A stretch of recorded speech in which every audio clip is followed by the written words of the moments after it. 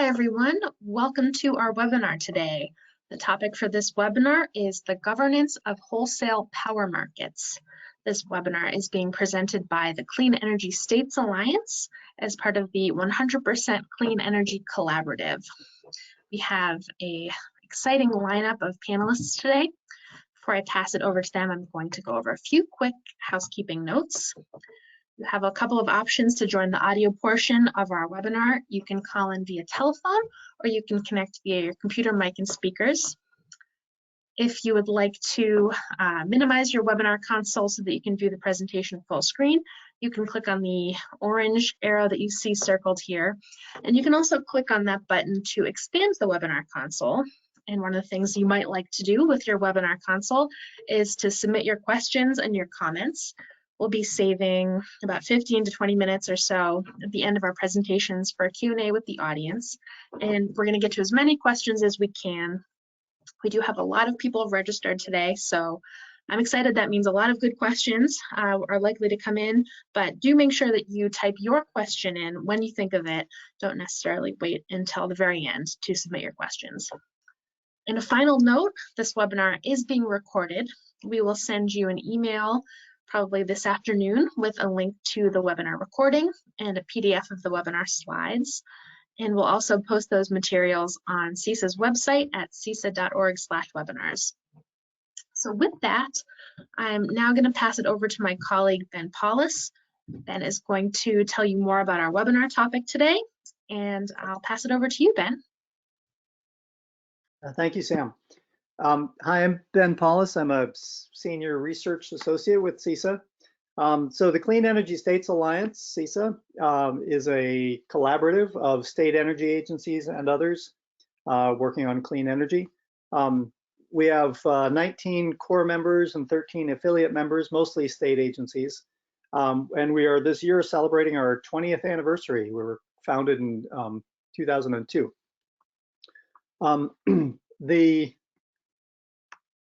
There we go. One of the projects CISA is undertaking is the 100% Clean Energy Collaborative in partnership with the U.S. Climate Alliance, which is a coalition of governors interested in climate change. We are looking at working with our state members and others who have adopted 100% clean energy goals or requirements, or 100% renewable energy. Varying by the state. The point of the collaborative is to explore those issues, look at the risks and opportunities for how our members can achieve their goals. There's more information at our website, cisa.org/100 for this collaborative. And there on the website, we have a number of resources, a growing series of reports, some online data sources, maps, and so on. And webinars like this one, including recordings of past webinars.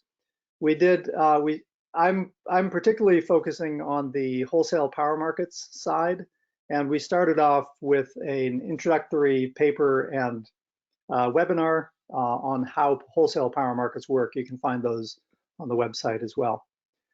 Today's webinar is going to be on the governance of wholesale power markets, and we're going to hear from I'm going to give a sort of walk through the paper and summarize it. Then we're going to hear from Dr. Shelly Welton, who's a law professor at the University of South Carolina, and from Rich Sedano, head of the Regulatory Assistance Project. So the paper itself, the governance of wholesale electricity markets, again, it's on the website, cisa.org/100. It comes from the observation that wholesale power markets are key to achieving 100% clean or renewable energy goals. They can either facilitate the transition to clean energy or they can impede it. We're looking at wholesale markets specifically to shed light on this phenomenon. What are the risks? What are the opportunities? What needs to change? We've mostly focused on, for governance, on regional transmission organizations, or RTOs. RTOs can be complicated. They can be quite opaque It's hard to engage in them, and it can even be hard to track what's going on in an RTO. But they raise very important issues. For example, in the PJM region, which is this orange section here, they've been debating a rule known as the minimum offer price rule, which has big implications for wind and solar especially. A number of regions offer payments for capacity that can keep old polluting coal plants in business even after they're no longer competitive. The growth of distributed and demand side resources like demand response and storage can be either connected to wholesale markets or disconnected from them, depending on how the wholesale markets are functioning. And yet they can be a good way to achieve these 100% clean goals. And there are other issues that come up where the governance of a regional transmission organization can be critical in either facilitating or blocking something. So as I mentioned, we started with an introductory paper and webinar, the Power Markets for Dummies. One important finding or important thing to start with is that there are different maps, different ways of looking at the power market. There's the political map of states that we're all quite familiar with. State regulators are bound by state borders, of course. Then there's the physical map of how the power grid actually functions and how it's connected. There are 3 interconnections, East, West, and Texas. And then there are 66 or so balancing areas across the country. And lastly, there's the money map, which is mostly what we're going to focus on. These are the 7 regional transmission organizations, the 7 organized markets. And then the 2 regions that have no comprehensive wholesale organized market. A regional transmission organization, an RTO, is a voluntary business association. It's the easiest way to understand it. It's not a government agency. Utilities are not required to be members. They can leave if they want. As a volunteer, it's kind of like a stock market. The New York Stock Exchange is not a government agency, it's a business. And it's a business where people come together to do business. As a result, an RTO is dominated by market participants. A market participant is an entity that does business in that market. It's a transmission owner, a generation owner, a broker, a reseller, a buyer. There are a lot of other parties involved in governance of an RTO, but they may not have the power to vote. They can comment, they can participate, but they may or may not be able to actually vote on decisions. And that includes state regulators, which may be a surprise to some. So who is in charge of an RTO? It really varies. All 7 RTOs have their own systems and their own rules. Ultimately, there is a board that is the decider, and the board and the decisions are overseen by FERC, the Federal Energy Regulatory Commission. But a lot of the content comes from the members, especially the voting members. There are a lot of committees involved, an endless number of committees in some RTOs, but only some of them have actual power. For example, this is a sort of generic diagram. It's not specific to any one RTO, but a senior committee may have more power to approve things and send them to the board than other committees, which may simply be advisory or ad hoc. State agencies, as you see from this dotted line, are part of the picture, but not hardwired in, so to speak. And then the market monitor, we will get to in a moment. That's an important function. So what are the rules? The most basic rule is known as the tariff. This is the overarching operating plan for an RTO. It is developed by the RTO and its members, and it has to be signed off on by FERC. There are a number of side agreements, both internal and external, among members of an RTO and between RTOs. FERC itself can issue orders. sometimes by its own initiative, sometimes in response to law or petition. And these can set rules that guide the behavior of RTOs. There can be court decisions. The courts are an important oversight of FERC orders, and often court decisions can set precedents that apply to all regions. And occasionally Congress will pass a law, although frankly, not very often. Congress does not often deal with wholesale power market issues, which actually raises the importance of FERC and the courts and the RTOs themselves. Then there are outside influencers. FERC, of course, is the most important.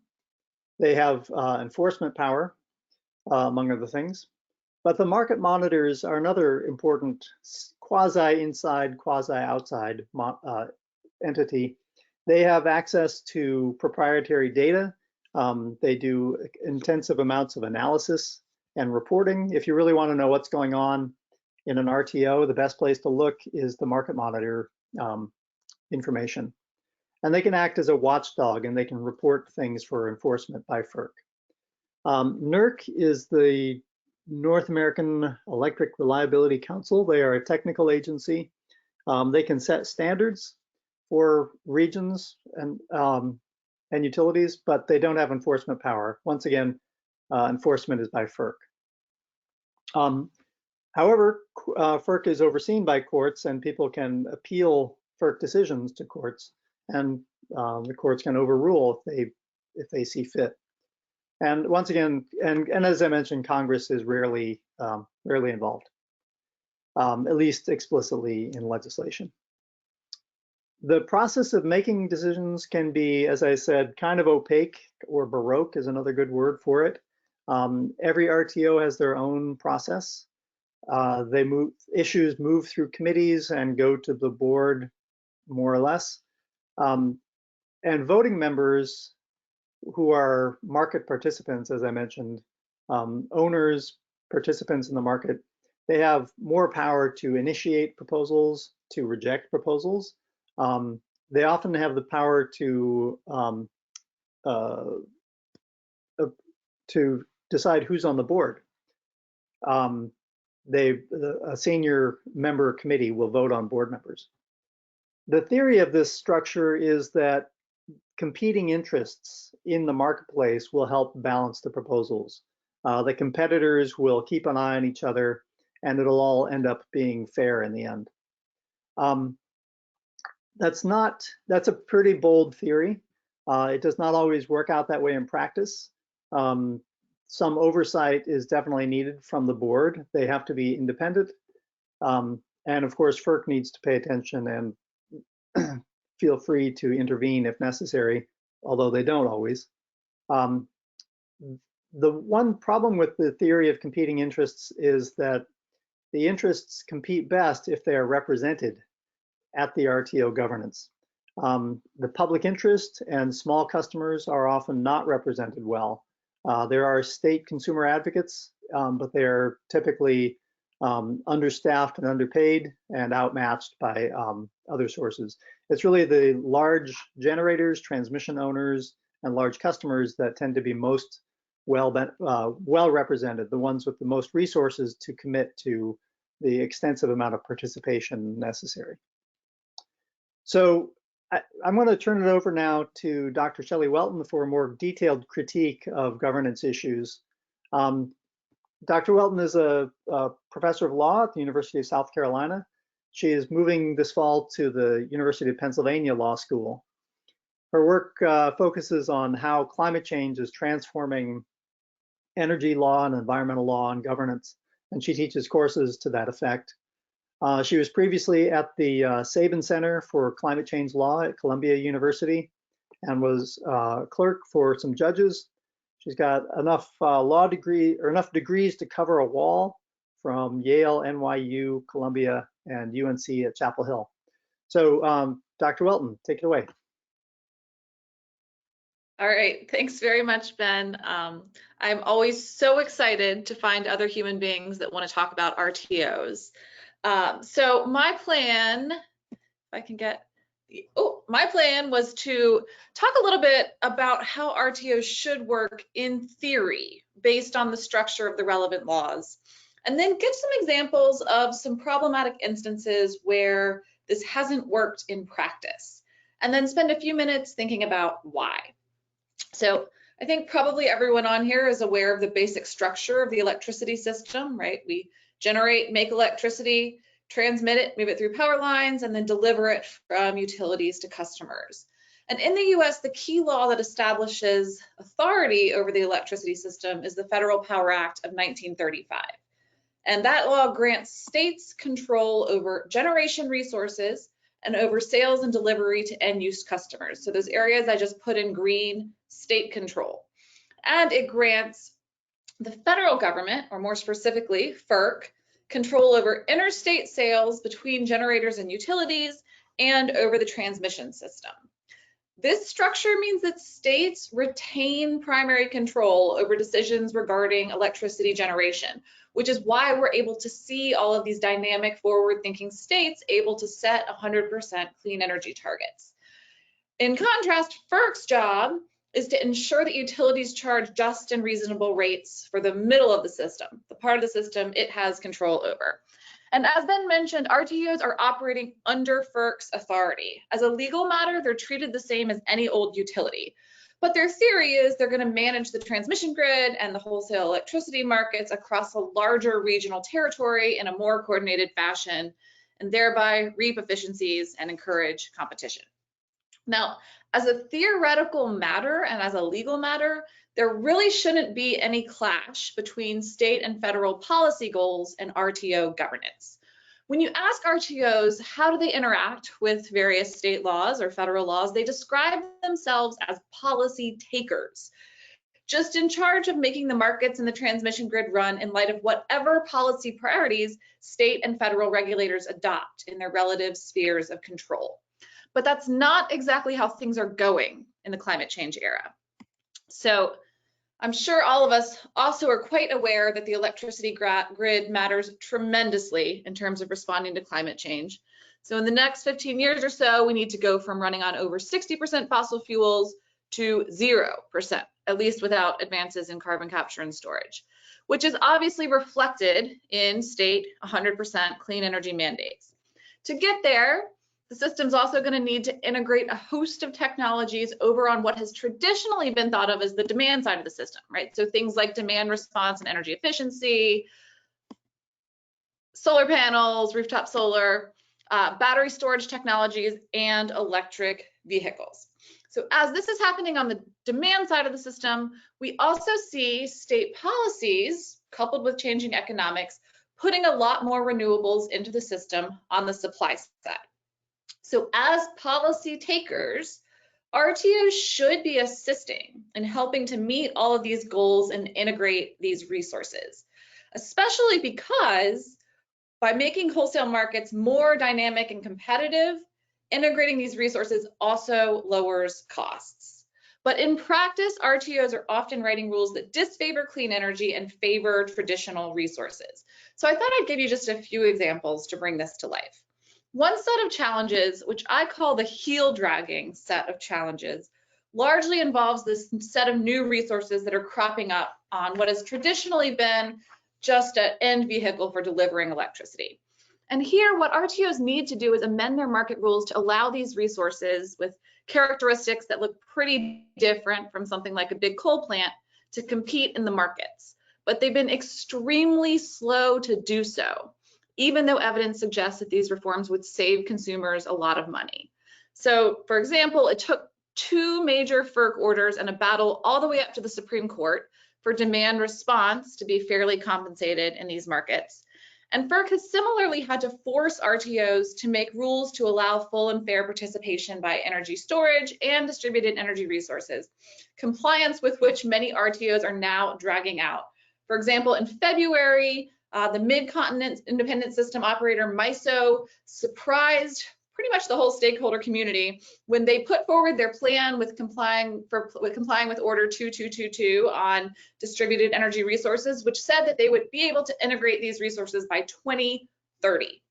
So Why are RTOs so slow to integrate these resources? Well, one potential reason is that these technologies threaten the bottom line of incumbent transmission and generation resources who make their money off of building more supply side infrastructure. Now, on the supply side of the equation, you see several RTOs also erecting problematic new barriers to participation. Many incumbent generators within RTOs have been none too pleased that states are mandating aggressive adoption of renewable energy resources, which of course, by adding supply, drive down prices in RTO markets. This has often been seen as particularly a threat to companies with substantial natural gas resources who've made recent and long-lived infrastructure investments that they're afraid they're not going to recoup if renewables continue their ascent. So in the past few years, as Ben alluded to quickly, this has become a major problem in Eastern RTOs, notably PJM and ISO New England. In these RTOs, incumbent suppliers pushed a series of complex rule changes in RTO capacity markets, which made it nearly impossible for renewable energy that's supported by state policies to compete with fossil fuel generation and supplying capacity. These are the famous MOPR or minimum offer price rule controversies. PJM has since walked their policy back, New England not so much yet. And I'll just note that these changes in market rules actually failed to get supermajority support in regional membership voting processes. So their membership bodies didn't actually vote them through, although they came close in both regions. And states in these regions pleaded with RTO boards not to undermine their clean energy policies by adopting these reforms. But the boards filed the changes nevertheless.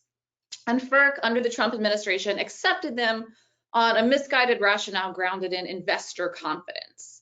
So the result is that these private RTO governance processes succeeded in causing consumers to pay at least tens of millions of dollars for unneeded, polluting fossil fuel generation that states definitely did not want investors to be confident in building.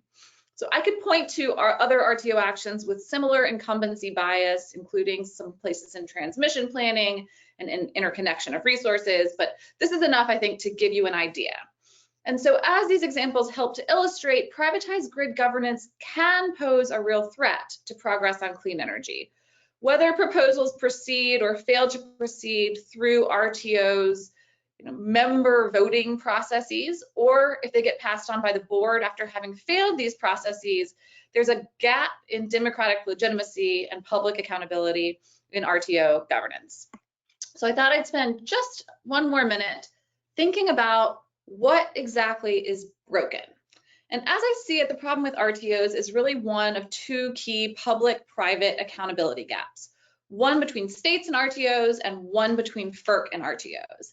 And then I've added a third here that goes beyond representative politics, and I thought I'd just say a word about each. So states, as I discussed, have control by law over their generation mix, but RTOs are not always working as partners to help states meet their goals, in part because states have weak advisory roles within most RTO governance processes, which I believe is a feature that Ben's going to say a few more things about in a couple minutes. So the second big accountability gap is between FERC itself and the RTOs. Right? One fair argument to make here is that FERC is the problem. The agency is approving these things that RTOs do. But I think the private structure of RTOs makes FERC's job harder in some underappreciated ways. Because FERC used its longstanding Federal Power Act authority to create RTOs, it regulates them as just normal old public utilities under the Act. And courts have told FERC that it has to be passive and reactive in this role. And it can force changes only if utility practices are, I'm quoting from a DC Circuit opinion, entirely outside the zone of reasonableness, end quote. Note, for my lawyers out there, that's a framework that looks really different from the normal broad deference that agencies enjoy to implement their preferred policy solutions under Chevron. It makes it hard for FERC to force beneficial changes, even when the agency wants to be proactive. Finally, this process at RTOs provides very little room for direct democratic participation, particularly by interests that otherwise are often not adequately represented in these processes, such as environmental justice and energy justice groups. Groups that are engaged in these issues report difficulty first even just engaging in the many committees and meetings that happen at RTOs, and also extreme frustration with the level of influence they can ultimately have, even when they do put in the time and effort to participate. And then by the time the rules wind their way up to FERC, the proposals are largely baked. So this is not a governance structure that's well suited to a set of issues where the public is starting to care a lot more about what happens to the system. So I'm going to circle back and discuss a few big picture structural solutions at the end of the presentation, but I will leave it here for now. I'll just note, if you want far too deep of a dive into these topics, a lot of this material for the presentation came from a paper that was published last year. So with that, I'll turn it back over to Ben. Thanks very much. Thank you, Dr. Welton. And I don't know if you in the audience are the typical readers of law review journal articles, but I highly recommend this paper. It's as law review articles go, it's a page turner, so I recommend it. I want to return to the paper just for a little bit to set up the next speaker, Rich Sedano, and talk about the role of states. It's important to know that the move to market competition and so-called deregulation has resulted in states ceding a lot of their authority to market dynamics. And they did that willingly, and it's arguable that that's been a positive change in a number of ways, but it does result in less authority. The creation of regional markets, again, moves things a step away from state utility regulators. But the states, of course, can do things and do plenty of things. They can, relative to the RTO, they can they can participate in the process, they can sit on committees and so on.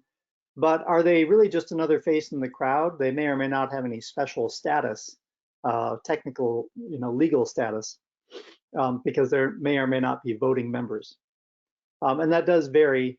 And I'll say it over and over, every region has their own details, and some of those details are spelled out in the paper. Other ones are cataloged in things that are referenced in the paper. All RTOs have regional state committees. Those are bodies of state regulators who join together to talk about their region. They can have different levels of power and capacity relative to the RTO. Sometimes it's just kibitzing, sometimes they have actual authority. And there can be different forms of collaboration, not only between states, but also collaborating with the RTO. They can negotiate with utilities, both their own and regional ones. And lastly, they can exercise what I call soft power. They may not have the legal standing that they would like, but they are still state regulators with plenty of power in their own state. And entities that want to be on their good side should pay attention to what they want. An angry state regulator is probably not something you want if you're going to be doing business in that state. So one example of soft power is that states can take their utilities out of an RTO if they don't like it. A number of states were thinking of that during the PJM controversy that we heard about with the minimum offer price rule, the MOPR. Utilities themselves can take themselves out of an RTO or join an RTO. So as a voluntary business association, an RTO is somewhat vulnerable to keeping its members happy. Of course, there are critical topics specifically for states that have 100% goals. The resource mix, they do tend to have control over through a state RPS, a renewable power standard, or an integrated resource plan. They also need to make sure they have resource adequacy. There's enough power to keep the lights on and enough of the right kind of capacity.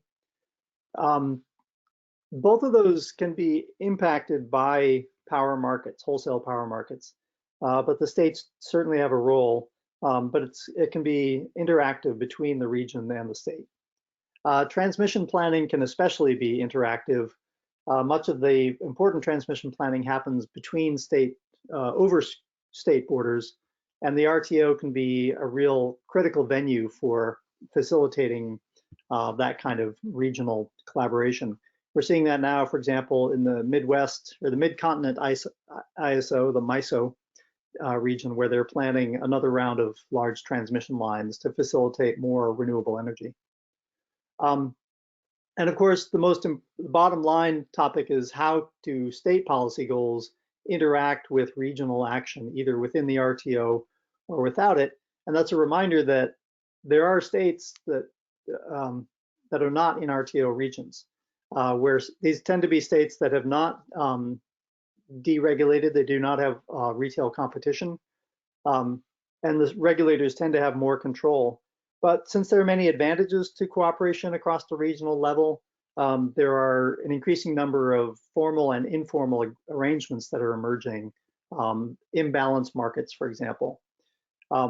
And this really, the fact that there are regions outside of RTOs is just a reminder that all RTOs are voluntary. They're all market creations, voluntary market creations. So we're going to turn now to Rich Sedano. He's the president and CEO of the Regulatory Assistance Project, or RAP. RAP has been working in the US, China, Europe, and India since 2001, I believe, or at least Rich, I know, has been there since then. I think it might have predated him by a few years. Rich was previously a utility commissioner in Vermont. And not coincidentally, when he was on the commission there, he and his colleagues helped establish the independent system operator in New England, ISO New England, and he served on the original advisory committee. So the question for Rich, how can states influence governance? How can they participate in wholesale market governance? Thanks, Ben. I'm glad to be with you all today. And I'm hoping that the advancing will work. There it goes. So, well, states have an advantage compared with all the other parties that appear at FERC. They stand out among the parties, many of which have clear vested interest, but the states represent the public interest. Sometimes we find that states decide to carry the water for private local interests or for some narrow interpretation of the public interest. And if FERC concludes that a state has made that choice, the power of its position as a fellow government institution may be diminished. Now, a hallmark of government is taking the long-term view of the public interest. And when states take this approach, FERC and others pay attention. This is one reason FERC added the regional state committees to the RTO system. A standing body of states in an RTO supported by RTO funds, like the Organization of MISO States, means that ultimate customers are supporting a policy discussion among states that can deliver information to the RTO and to FERC that's useful, that represents the public interest. So that's an important aspect of the RTOs, is the regional state committees. I've heard more than one FERC chair talk about the power of the states when they're united and how their influence is diminished when they're not. Now, what are some of the important public interest states are paying attention to when they're engaging with RTOs? Of course, reliability is top of any list. It's important always to note that the US does not promise 100% reliable service. That would cost too much. So there is attention to finding the right balance, the right level of reliability for the right level of cost. And I think there's continuing debate about what that is. NERC standards help with that. FERC is also intended to pay attention to avoid gold plating of utility systems, and there will probably always be arguments about whether FERC is doing enough to promote only the needed investments and no more. RTOs tend to favor more investment in order to give their operators more tools and provide more of a reliability cushion, reducing the probability of a system problem. RTOs are sensitive to the political outfall of an outage. RTOs were an innovation for the way they were designed to promote markets for energy and other system capabilities. And this was consistent with the 1992 Energy Policy Act idea that innovation and new entrants in the power system would be in the public interest. And we've surely seen that with the emergence of grid-scale wind and solar. And RTOs have been tasked to utilize resources that come from customers and new forms of energy storage. So the challenges to them have continued. And they are charged with creating market platforms that treat market participants fairly. It is likely true that as long as we have some players who could be termed legacy and others who can be called new or innovators, RTOs will be challenged to treat them fairly because the legacy voices tend to be stronger in the governance process. Fortunately, the US early on in the RTO formation adopted market monitors, as Ben talked about them, to identify fair and unfair market behavior. And we already have had examples of unfair behavior that's been called out and penalized. And I think, as Ben suggested, states rely a lot on market monitors. Related to markets is operations, the daily operation of the grid. And here, an emerging concern of states is that distributed energy resources, DERs, that in the aggregate substitute for poles and wires in the central station poles and wires are used and valued in the wholesale market. This is a work in progress, and states challenge RTOs to use new methods to respond to wind and solar variability. Planning, it seems like it should be more straightforward than it turns out to be. Assumptions about the performance of existing resources over 10 or more future years is hard enough, but new resources remain on a learning curve, and these new resources affect the economics of the existing ones. These shifts change when transmission is needed, and needed grid capabilities are changing too. Capacity is less important to success. We tend to focus as government officials on capacity, but flexibility is going to be more important in a renewable dominated system. And states are going to rely on RTOs to be the authoritative source for regional information, which they can use to oversee their utilities and the utilities part in this investment challenge. RTOs pay a lot of attention to investment incentives for grid resources and how to ensure that that investment is forthcoming. And that's a complex topic. RTOs stand on the federal side of an age-old challenge in the US, successful cooperative federalism. The states have significant authority for what happens inside their borders, while interstate commerce is a federal matter. For the power system to work optimally, these two authorities need to cooperate, and like everything in this presentation, I think it's a work in progress. So there are some cross currents here. Everyone brings their interests to this work, and here are a few I chose to call out today. RTOs are voluntary organizations, and as Ben said, they want to maintain their members. Transmission owners can pull out and join and connect with another RTO. Then some of their behaviors, especially potentially noted by states when there seems to be a conflict between their behavior and the public interest, may be explained by their interest in maintaining membership. RTOs live in the real world and they're trying to get results from FERC, and so they're managing those relationships. And the states are familiar with this. Utilities do this exact same thing with their PUCs. RTOs seem to want to be big. Now, there are some good reasons for this. Bigness puts more reliability tools in the toolbox of the operator, and renewable systems are better in larger system balancing areas. However, I know some are concerned that perhaps there's just an interest in bigness for its own sake. Complexity of the RTO process, all the governance committees, the technical aspects that are hard to complain, these may serve to insulate the RTO from scrutiny, and perhaps that's part of their objective. Now, an RTO board, as Ben said, is meant to check not only the performance of the RTO staff, but also the performance of the RTO governance process, and to overrule when they see a public interest deviation. And this power is very rarely used. And part of the reason for that, I think, is some concern about disrupting members and potentially prompting members to consider leaving. And states, I think, need to be sensitive to this behavior. Now, the utility asset owners have their interests too. They want to maximize their asset value.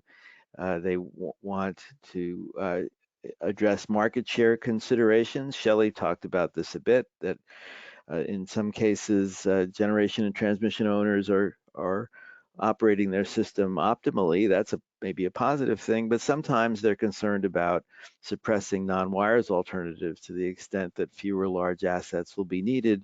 Then there's a less public interest oriented motivation. And of course, asset owners are looking to position state governments as their supporters. And sometimes they do this with good information, and the states can really benefit from having the asset owners give them that information.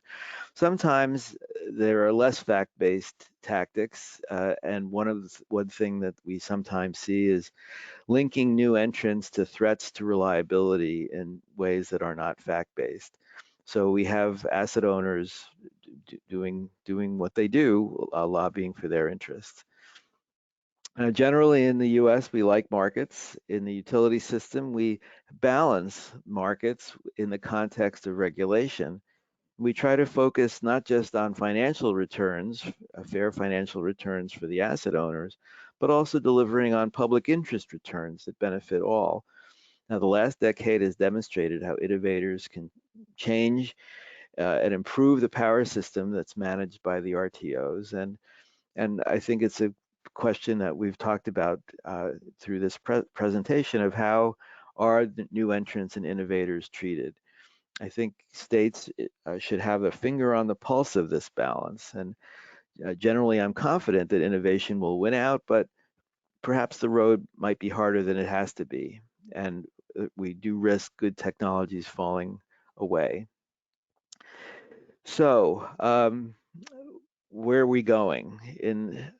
We see opportunities ahead with respect to climate change. How will the RTOs reflect climate change? How will FERC reflect climate change? While the US lacks overarching climate policy, many states have climate forward policies sufficient to motivate technology innovation. And the sum of all this innovation has forced adaptations at RTOs. And that has prompted FERC to consider addressing climate change directly rather than incidentally. The cumulative effects of wind and solar power on the grid and their variable attributes means that resources with flexibility that can ramp up and down during the day, perhaps multiple times a day, are increasingly valuable. I think RTOs in the near future will develop and refine products that will not only use flexibility which is incidentally available from existing resources, such as from cycling gas generation, which is increasingly incompatible with climate outcomes, but will prompt investment in new resources designed to produce flexibility intentionally, such as from electric storage. An important emerging force for change comes from offshore wind. The US is on the cusp of a massive deployment of offshore wind, which will not only affect the coast, but resources well inland from the coasts. RTOs will be challenged to change their view of the coasts and to design their markets to motivate efficient collection systems for this emergent category of power. I hope states will cooperate with this effort and not drive more land connections than are needed. Reflecting the fact that there are building a power system resource that can be aggregated to make a difference in the wholesale market, new voices not currently active in RTO governance may be important to future policy formation. I'm hopeful that RTOs will see this and embrace this, and that the new Office of Public Participation at FERC can serve to celebrate and drive progress. Now, I mentioned here unjust and reasonable. What does this mean? This comes from the Section 206 of the Federal Power Act, and it allows for entities that are not regulated to make filings at FERC. FERC may find states are challenged as things around the power system are changing. Climate change, technology change, changing expectations from people. How will RTOs manage these changes? And might states find that insufficient account of these changes by RTOs and by FERC present an unjust and unreasonable condition that justifies raising their voices in protest. Finally, as Ben mentioned, there are a lot of places in the US that don't have RTOs. And while this choice may come from a streak of independence, the merits of interstate commerce for clean power is evident in the growth of the Western energy imbalance market. And I think fundamental characteristics of an increasingly renewable power marketplace will continue to drive this trend forward. So those are all the comments I had, and now Shelley's going to have a final word on how RTOs might evolve, if evolution is in their future. Yeah, so maybe this is the luxury of an academic, but I get to sit back and think sometimes about bigger questions about why we have the system we have and ways that we might think about governing the grid that go beyond the current structure that we have and refuse to accept it as the best we can do. So I'll just note there's a lot of excitement about the powers that a Biden FERC might have to fight climate change. I think Rich did a really nice job exploring some of those. And the commission's already making a bunch of great strides on some substantive reforms in this regard. But one of the key reasons that I've gotten interested in RTO governance is that I want to make the case that governance reforms themselves, even though they can feel really tedious, may be a part of a durable, long-term solution on climate. So if we did want to rethink the way that we've created these governors of the grid, here are 4 big structural ideas about what we could do. The first is we could pare them back. And I'll just note, in keeping with the comments about diversity in RTOs, some RTOs do a lot more than others. For example, capacity markets are a part only of Eastern RTOs, and we could return RTOs to a leaner set of functions and have states do more on certain issues. So for example, on the topic of resource adequacy, determining future resource needs, the Southwest Power Pool in California already have more control at the state level than do other RTOs. A second option is we could increase public oversight and control of RTOs. We could give states more control in RTO rulemaking. So for example, regional state committees could have supermajority veto points on certain topics of RTO proposals, or they could be given the right to file their own competing proposals with FERC. A second option at the federal level is maybe we should just stop regulating these RTOs as plain vanilla utilities and recognize that they actually are policy-making bodies. The rules they adopt have wide-ranging implications on the system that we're able to build. Ideally, changing this would be done through a statutory rewrite to give FERC more authority to oversee RTO rulemaking. But even acting alone, FERC could do a lot here if it was willing to spend its political capital to find that RTOs in their current form are unjust and unreasonable. So the third option I put on here is to improve the possibilities for good internal governance. And really there's 2 sets of changes you could have here. One is change composition at RTOs. You might have more public interest representation on the boards. You might have more state representation officially within RTO processes. And maybe we should think about some related structural policy change. The utility industry has seen enormous consolidation in the time since restructuring. And maybe we should be thinking about reining in corporate power in other ways that would help make the RTO system itself less structurally suspect. And then the final wildcard option that I just thought I'd put on the slide is explore a public option, right? We could consider a more thoroughgoing set of reforms to make our grid operators public, either through actual public ownership of transmission assets or through more public control of the RTO with agency-style leadership rather than this kind of private membership club structure. That's what California has, so it's a plausible model that already exists someplace in the US. Now, I don't think this final solution is likely to happen, or really maybe any of my solutions, but I do think it's important for a larger framing point, which is that this is a system that should be working for the public in the service of democratically established goals that we have for the future of the grid. Okay, I will leave it there. I really look forward to Q&A. All right, thank you. Let's see, do I have control? If we can go to the next slide. I'm not sure who has control of the slides right now. Yeah, so we've been getting a number of questions in. If you would like to add a question, you have a control panel box over on the left side and a tab there that says questions. You can type things in there. We have only about 10 minutes until the top of the hour.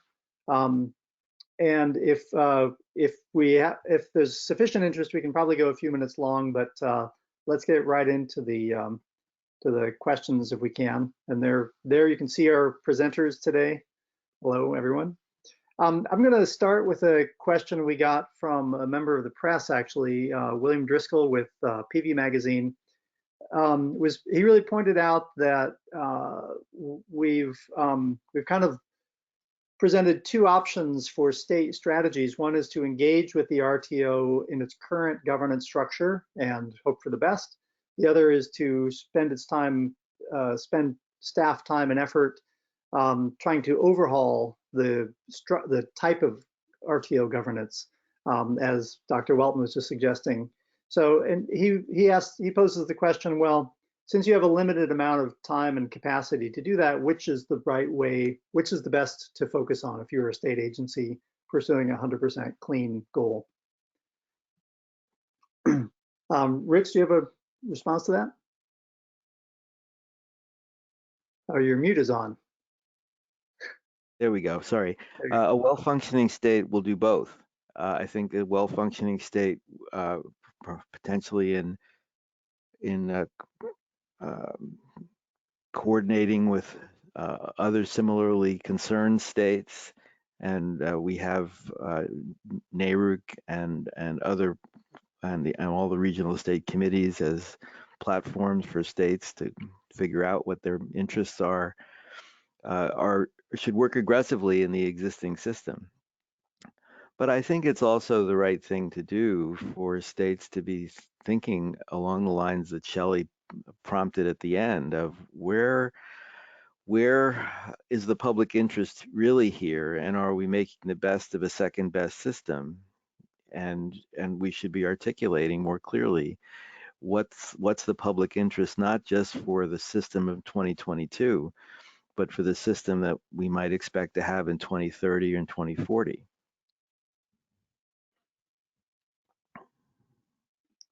All right, Shelley, do you have any comment on that? Yeah, I guess I would just say, like, I think part of this is just a strategic question about, can you get the leverage you need for the big reforms? And, you know, there, I think probably the answer depends on FERC's appetite. And so I think maybe like the best way to do this would be to back channel with FERC as much as possible to understand what commissioners have appetite for real change, and are they going to support you if you push for it, right? Because basically FERC just has to decide to spend some political capital if it wants to make these kinds of big changes. RTOs, I don't see likely to be doing these on their own. And so I think, you know, the dynamics at FERC, what else is on their docket, what their priorities are, really matters, I think, for how much states should push for big structural change versus, you know, go along for the ride and try to just accomplish some of their substantive goals as best as possible. All right. All right, another question. Someone points out that the difference between RTO regions and non-RTO regions, that, you know, the gaps in governance are clearly bad in RTO regions, but they ask about, aren't the governance gaps in non-RTO regions just as bad or even worse? How do they compare? And what are the dynamics compared to like a Western non-RTO region versus MISO or SPP, an RTO region? Rich, you have a well, the point I was driving toward at the end of my remarks is that economics and business are driving interstate commerce, whether it's within an RTO or outside of an RTO. And so there's all kinds of services that RTOs do, which you can replicate in a network of bilateral agreements, that once you layer hundreds and thousands of those bilateral agreements together, start to look a little bit like an RTO. Now, without the freighted governance structure, perhaps, but from a business perspective, and they are approaching the similar thing, and it's logical because we're seeing renewable energy traveling great distances, uh, balancing the variability from across geographies over bigger territories. So I think we're going to be seeing this more uses of the Western energy imbalance market, more things like this developing in the Southeast. And do we need to have the structure of the RTO? I think this is an experiment that has many more years to run. I don't think anybody is suggesting the existing RTO system is at steady state, nor is the existing system where there's no RTOs in a steady state. Change is constant. So I think the jury is out, and a lot of this, frankly, derives from politics, where I think in places like the Southeast and the West, there's a strong sense of control of local resources that drives the resistance to an organization that would take control over resources that other parts of the country find more acceptable. Yeah, and actually a related question for you, Shelley. Someone poses the question, let's say you had more expanded FERC oversight and control, or more public control of RTOs. And what happens when we have, say, a Trump administration come into power, and the RTO becomes an extension of the political world? What does that do? Couldn't that also just lead to impediments to climate action? And I would say I wrote a paper a few years ago about the debate in California to create a regional RTO in the West, West-wide RTO. And this was right in the middle of the Trump years, and that was a key consideration for a number of elected officials in California. So what's the solution to that? Yeah, it's a great question. If I can circle back to the last one for just 1 second, I'll say, Okay, sure. Whenever I critique RTOs, people often say, but they're so much better than non-RTOs. And I just want to say, I think I largely agree with that. Like, I think regionalization is important. I think it's the way forward. It's just pointing to the Southeast as why you're doing well isn't like a super great defense of RTOs as they exist now. But I think that this is like a really nuanced question about democratic control, this topic of, if you gave FERC more control, wouldn't things be bad in administrations where you didn't like their policies? And like, in part, the answer is yes, that's democracy, right? Like, the reason that states are getting to set 100% clean energy targets is also democracy. We gave them control and they took it. But I actually think that the combination of FERC not having firm control and private RTO governance is worse than just having an agency that can direct its RTOs to do what it thinks is good policy, right? Because when you have an administration like the Trump administration that's very aligned with incumbents, it's basically like a double deference system where the RTOs can come up with incumbent favorable proposals, and then FERC can say, well, there's nothing we can do about it because RTOs really make their own rules, right? Whereas like, if FERC in that instance had just directed proposals themselves, you really wouldn't have seen different outcomes. And yet in a Democratic administration like the Biden administration that wants to move on things, you'd actually have the control to move on things. And so, like, on the one hand, yes, it's terrible when people get elected that don't want to do what you want to do. But I guess the question I just have is like, is fear of democracy a good reason to have the very types of resources that we need to phase out of our system making the decisions instead? To me, it doesn't seem like a winning compromise. Yeah. And I think this is a bipartisan concern. I wouldn't tag any particular party with this. Sure. Would you say that an RTO being a voluntary business market is more insulated from politics than if it were a public agency? I think it's different. I don't know that it's more or less. And the reason for that is because politics is endemic in all of this. RTO CEOs and governors talk, and RTO CEOs are making their points to governors, and so even if it's not a public entity, the way that communications happens in these kinds of public institutions, there is a circulatory system that is similar. So I think politics is endemic. Yeah. And it's endemic in the structure, right? The very fact that we have membership voting as the way that decisions are made means that you have your own internal politics. It's just a politics that's less inclusive and particularly geared towards people with like a deep interest in the system, which is like an interesting theory of democracy, that you want the most involved players there. I would say the problem is just that, like, when we created this system, we thought that the things that this little mini democracy we're going to be arguing about were like, what time should bids for power the next day be due? But instead they're arguing about like, what do we do about the fact that states have goals that are contrary to our business interests, right? So I would say you have like a fundamental democratic breakdown there. Yeah, market entry of innovators is a fundamental difference compared with gate openings and gate closings. And I think the legislative aspects of the governance system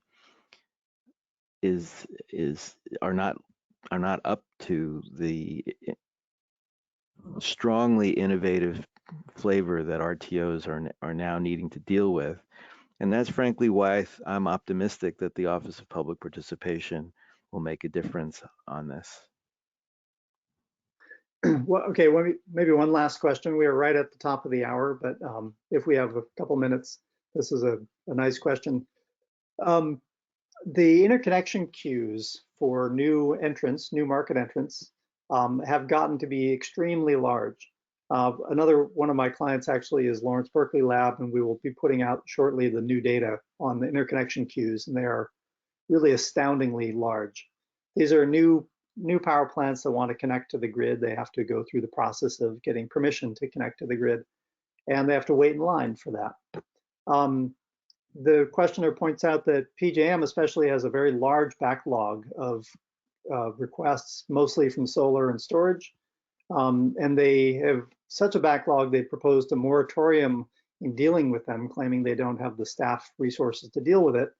But is that true, or is that simply another example of creating a barrier to new entry that would undermine the competitive advantage of existing market participants?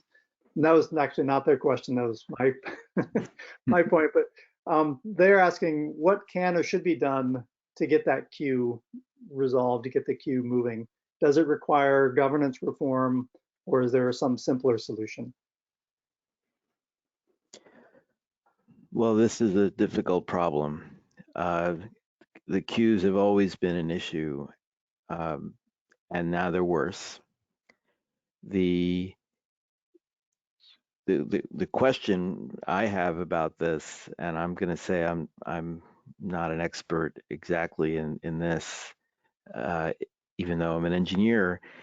The complexity of the grid of the system, with the integration of DERs and the broader geographies that are implicated by large-scale renewables, and the imperative for reliability, underscores that RTOs need to be careful. But I think we have to press RTOs to be innovative, to figure out ways that provide clear senses of where the green zones are, where power plants shouldn't have to wait significant amounts of time because it's just evident that it's going to be workable, especially for power plants that are relatively modest in size, in the double-digit megawatts. There are always going to be sensitive parts of the grid, and we have to either be very careful with those, or maybe create price signals for discouraging siting in those places. But we have to do better than this first come, first served approach, which serves no one very, very well. And I know that FERC is struggling with this. I'm not here with the answer to this, but there has to be some attention placed on this. Maybe Shelley has the answer. I do not have the answer. I think it just raises the fundamental tension of our first question, which is, should we focus on doing the best we can in the system with small substantive reforms? And I think you could do a few things here and there to try to make interconnection go faster, to try to make the fees of interconnection more fair. I think they're very incumbency biased as well. But maybe we want somebody running the show that has more of an interest in getting all these resources in the grid. And so, back to the topic of governance. All right, thank you. So we are 5 minutes after the hour. I think we'll wrap it up. And Sam, I think we have a slide to show about upcoming webinars. Yeah, there we go. Yeah, we have as an ongoing effort of the 100% Clean Energy Collaborative and CISA in general, we have a number of upcoming webinars on solar in your community, webinars on equity and resilience, creating resilience hubs with storage and solar especially, and on emergency management. You can find all these at cisa.org/webinars. You can sign up for email newsletters. You can follow us on Twitter at CISA News, I believe. And the 100% Clean Energy Collaborative materials, once again, are at cisa.org/100, right there. And there's my contact information if you have any personal questions for me, ben@polisanalysis.com. Any final parting thoughts from our panelists today? We haven't mentioned the word gas during this process at all, and boy, that's a big overlay to this, which maybe you'll have to talk about another time. Yeah. Just thanks for having me. It's been great. Yeah, thanks a lot. Thank you so much. Yes. And there were a number of questions, by the way, on like specific details about how governance works. I'd recommend reading the paper. It's mercifully short, only about 20 pages long. And if you really want to dive deep, it has references to other much more comprehensive sources. So you can find that again at cisa.org/100 for the 100% Clean Energy Collaborative. So thank you very much and have a good day. Thank you.